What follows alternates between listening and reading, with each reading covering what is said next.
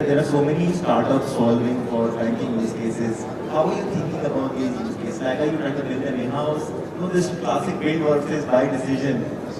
Just throw it. I think this question has been going on for the last 10, 15 years, right?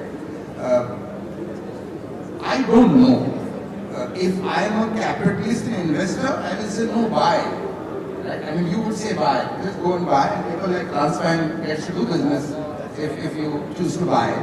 But some organizations are mad about building, right? And I think there is no straight answer. And I think a lot of people needs to build on their own because it's regulatory, data, element of trust, and all that stuff. So this buy and build question returns. I actually want to hear from how is Hemant thinking about it? It's somewhere in the middle. So some of the LLMs get used. I think everyone uses it. Copilot, Microsoft, everyone uses it. I mean, so many other things. It can help you making better presentations, etc. At least that has helped our efficiency. But there are a set of other things that we have done within the bank that are built organically.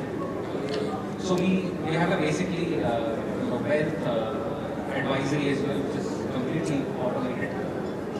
For my own RMs now, they are logging into a system, what we call CRMX essentially, where they log in call reports and other things. They get to have access to all the portfolio on a real-time basis.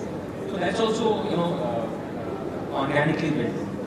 But over the long term, I don't think banks would build everything on their own. They will choose which ones to build, and there will be enough business for clients like DBS to do, in which we partner with them. Global organizations, global decision making, a lot of the decisions get taken at a level where something that is specifically relevant for a domestic market, very difficult to get that implemented and brought over in that sense.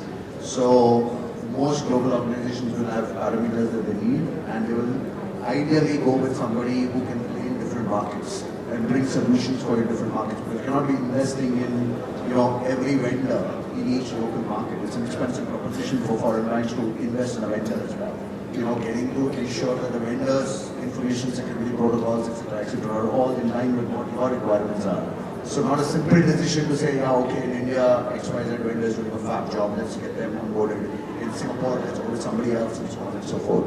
So I think to a great extent, for global organizations, global vendors have surely a benefit because they're able to solve your problems in, let's say, 10, 15, 20 markets, and that becomes a parameter. Then you're talking about, and that's where I think most global organizations prefer to also do a lot of building, because then you can build across your infrastructure across markets. Expensive, obviously, but they prefer that option because it takes away that risk that they talk about. And I agree, I think both of them alluded to it. For a bank, data security is paramount, right? You cannot afford to take any chances there. It's just no way that's optional.